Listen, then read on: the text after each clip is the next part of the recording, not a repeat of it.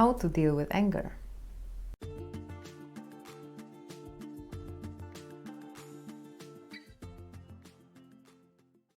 Hey, Gosha, sociologist and psychotherapist. How to deal with anger? You see, anger is a huge topic for two reasons. One is that a lot of people come to therapy because they experienced traumatic events caused by anger of others and which caused their trauma, but also they come because they suppress their own anger. And you see, in that way, I want to show you the anger from different perspective in here. That it, of course, when you act from it, you can cause a lot of harm to others, but also if you don't notice it, you cause a lot of harm to yourself. And so why the anger is so important, why I'm prepared to praise it? Well, for the reason that it is one of our emotions, and as I always repeat, emotions are messengers.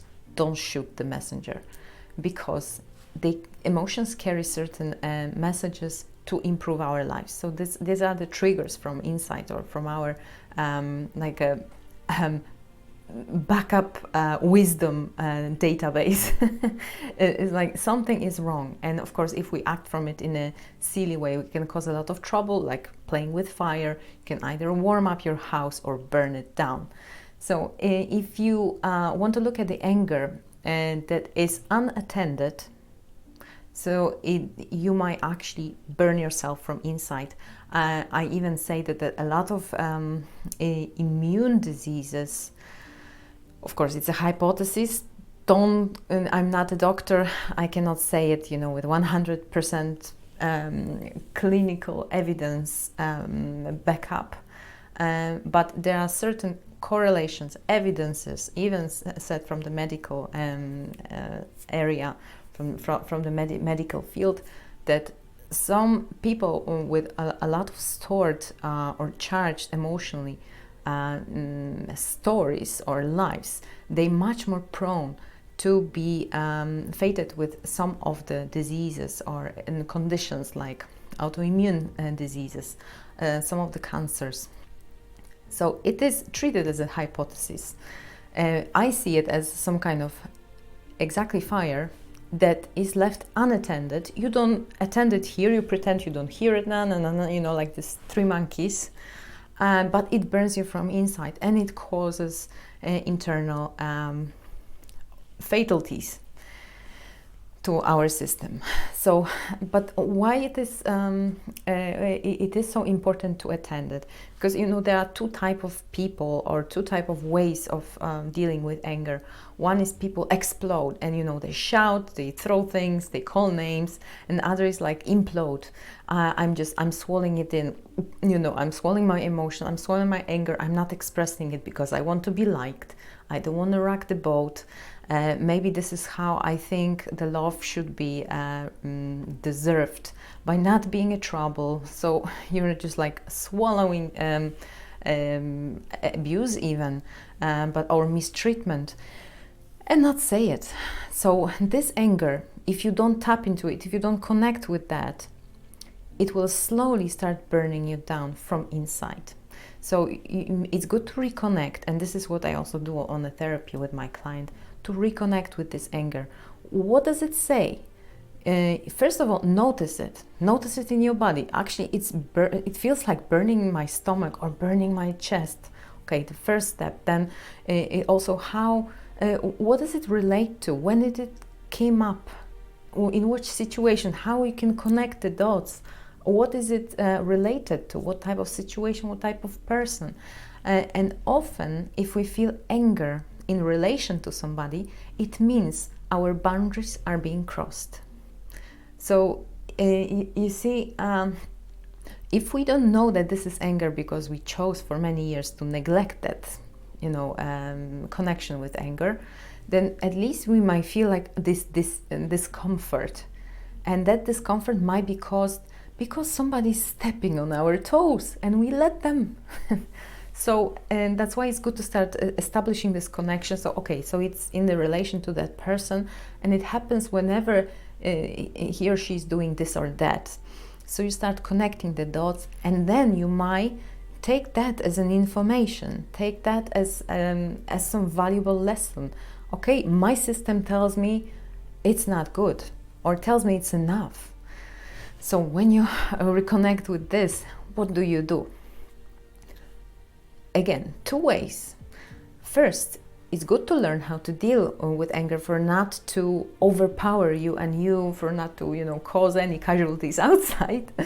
And the second is how to work with that to get the right to use them as a guide, and not like whenever I want to be angry, my guide tells me be angry. It's just like whenever it appears, it gives me some information. So if you stop treating anger as your enemy, it will actually serve your purpose. It will actually benefit you. And when it benefits you, it will benefit your life and your relationships. Trust me. Or don't trust me, check it. So first, as I said, first you have to recognize that something like this happens in that relationship. What is the next step? To learn what to do about that. So maybe that relationship was abusive for a while. I just didn't do anything about it. So of course, first is to recognize that, and second, to maybe apply some changes. Maybe this relationship either needs to be broken, or I need to I need to move on, or maybe some kind of rules or some kind of contract needs to be changed. Like, hey, dude, now you should understand that this and this should not be happening. If it's cool with you, we can still be friends or whatever type of partnerships we are in. If not, I'm afraid I have to move on. So that needs to change. So you see, boundaries needs to be established, because the anger was telling us there is no boundaries. So or someone is stepping over your boundaries. So it needs to be highlighted, it needs to be reaffirmed. That's the first thing. And then, of course, when you start reconnecting with your anger, you need to start learning to deal with this. So you will start noticing anger maybe much more often in a different situation. And again, for not overpowering you, you need to learn some kind of tactics to basically start to live with it. So first of all, it's a breathing exercise. When you start breathing from the belly, but not in here, the shallow breathing on the chest. That sometimes when the rabbits, they run away from the predators, they are this kind of chest hyperventilating, because it was like life threat. So when we move down the breath into the belly, that creates more conscious breathing, and it gives like more power. It like pumps us. With more energy, we can then take much less breaths, and it kind of sustains us for longer, and it gives a certain type of signal also to our system, our nervous system, calming down all the signals of stress. So that's the first one. And the second one, it's already, then you go higher and higher in like a difficulty level. Then you can go into the mindfulness tactics, and not using it to actually pretend, no, I don't hear anything, I don't experience any anger. But when you experience it and it's still quite strong, then to use it to just soothe it down, all the processes that are happening in you. So then you start observing, it happens. I experience anger. Wow, it's strong. And you see, you don't deny it. You observe it.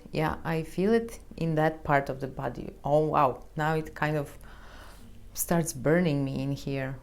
That's interesting. But you see, you don't actually act on it immediately. Like, I feel it, therefore I need to do or say thing like that. So the mindfulness is like observing, not denying, feeling it, owning it. That's the word, owning it. So I'm not being driven by it. I'm the ocean. I see the wave anger, it's curly, it's kind of strong, but I'm the ocean. So there are many tactics that you start recalibrating your attitude towards what's happening inside and outside. So I want to summarize that. Anger can be destructive, but also not realizing or not acknowledging anger can be equally destructive for us inside.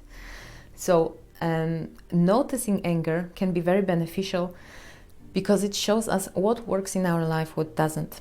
So when you start treating anger as your guide in a way of noticing that, it might actually serve you, because you might then notice which relationships or situations still require better boundaries, how to establish them, and then monitor it towards the relationship actually which is very healthy for you. With learning how to notice the anger is very crucial. So when you start noticing the anger in your life, it's good to see it in twofold. One, using it to navigate your relationship and maybe to establish new rules in your relationship. And then a second one, to learn how to mild it, how to calm it in a way that it doesn't overpower us, but in a way we can still hear the message but not act from the power of that anger. In that way, we don't deny anger, we don't use it to harm others, but we also don't deny it that would harm us. And in that way, every kind of situation can be a lesson, can be some opportunity for us to grow. And also by experiencing and opening up to what is really happening with us, not what we wish to happen, we can actually benefit much more, because we will learn from life experiences just as they are.